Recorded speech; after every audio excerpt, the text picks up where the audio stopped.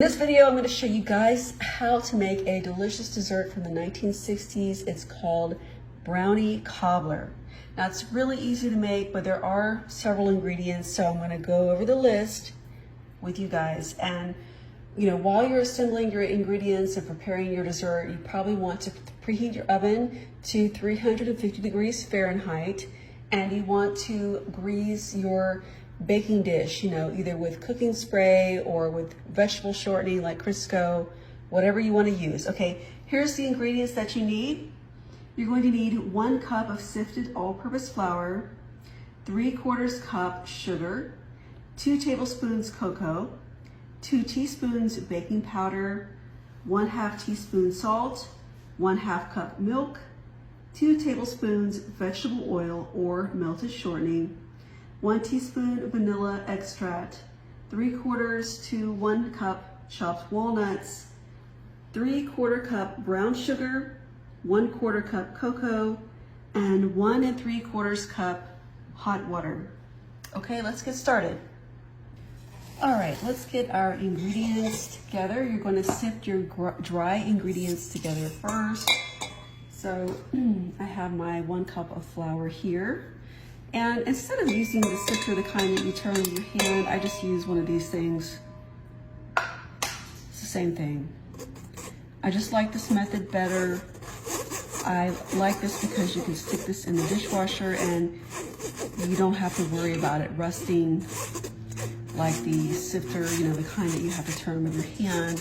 I mean, I do have one of those, or I usually do. I've thrown lots of them away over the years because sometimes they'll get, rusted. So I just like this better. And it's just easier to clean up the mess from this. Okay, so you want to take your 3/4 cup of sugar. Now you're also going to use brown sugar for this recipe, but just hold on tight, okay? We're going to get to that part later. There are several steps here and several ingredients, but it is easy to make despite that. And I think you're really going to enjoy it. It's just a nice, it's a different take on the traditional brownies, even though this is an old dessert. Okay, so the next thing I'm going to do is to add the cocoa powder. I need 2 tablespoons of that. Now, for some reason, my tablespoons always seem to disappear, but I do have a 1/2 tablespoon here. I don't know why. I guess because, they're just so popular. I use them so much, they get lost. They become lost very quickly. So I'm gonna have to use a 1/2 tablespoon because that's what I have. And I'm gonna sift this just like I did the flour and the sugar. So there's 1, I'm doing 2 tablespoons. So that means I need 4 of these because this is a 1/2, like I just said. There's 2.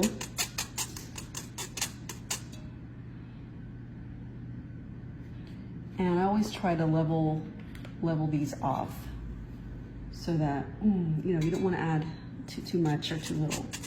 There's a 1/3. And here is the 1/4. Now I'm gonna need this cocoa again, so I'm gonna set that aside. And the next thing you need is 2 teaspoons of baking powder, and you need a 1/2 teaspoon of salt. Okay, you also want to sift this with the rest of your dry ingredients. This is my 2 teaspoons of baking powder. I'm gonna have to get more of this soon because I do bake a lot and I cook a lot. Okay, let me level this one off. Just don't want to add too much. Here's the second. Let me set this down. Okay, you want to get your 1/2 teaspoon of salt. There we go. And there's my 1/2 teaspoon of salt. Hope you guys can see what I'm doing. And those are all your dry ingredients. Now you kind of want to whisk this together, and then we're going to work on the other things.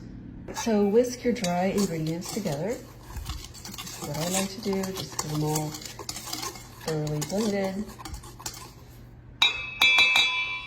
And you're going to add your 1/2 cup of milk to the mixture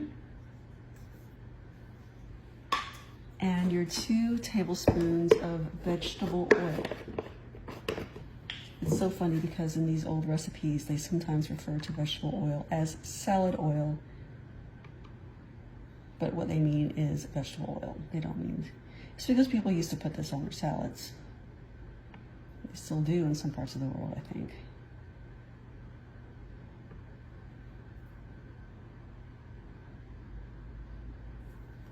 Okay. And you're gonna add your 1 teaspoon of vanilla. Okay, you're gonna stir this up. And then you're gonna add your nuts. And you do wanna use your spatula to scrape the sides of the bowl. Obviously, you don't wanna leave that stuff there.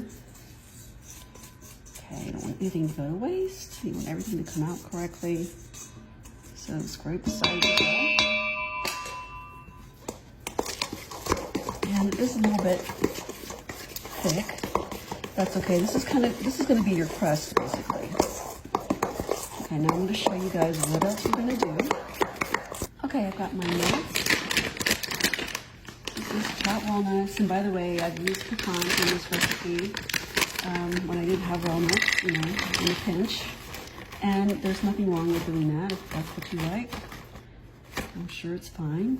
You can always try if you prefer pecans. Okay, stir that up really good.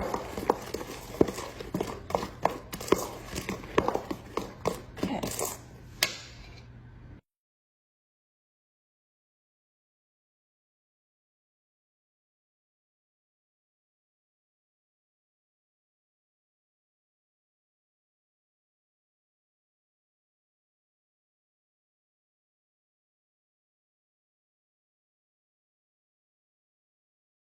So this is going to be like your crust. You're going to smooth this out, spread it around evenly. And it says to use an 8x8 baking dish. This is actually 9x9, but whatever you have, I mean, either one is fine. Now the next step is very simple. I have a 1/4 cup of cocoa here, and you're going to mix that with your 3/4 cups of brown sugar. This is 3/4 cup. I'm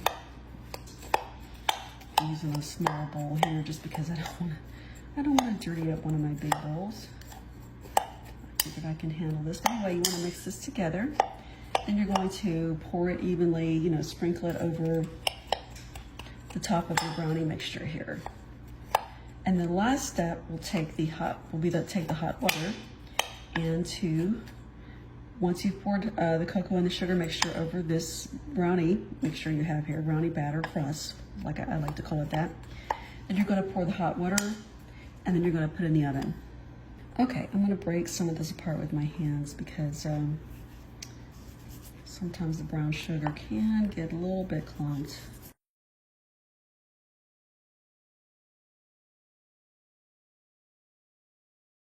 And the final step before you put this in the oven is to pour the 1 3/4 cup hot water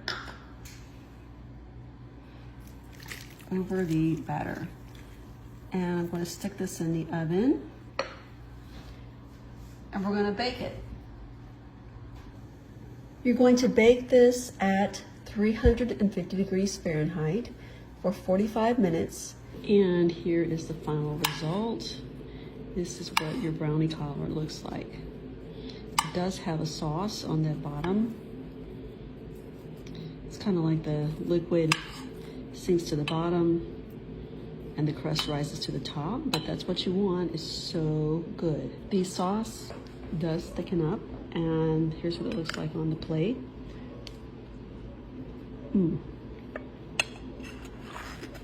It's delicious.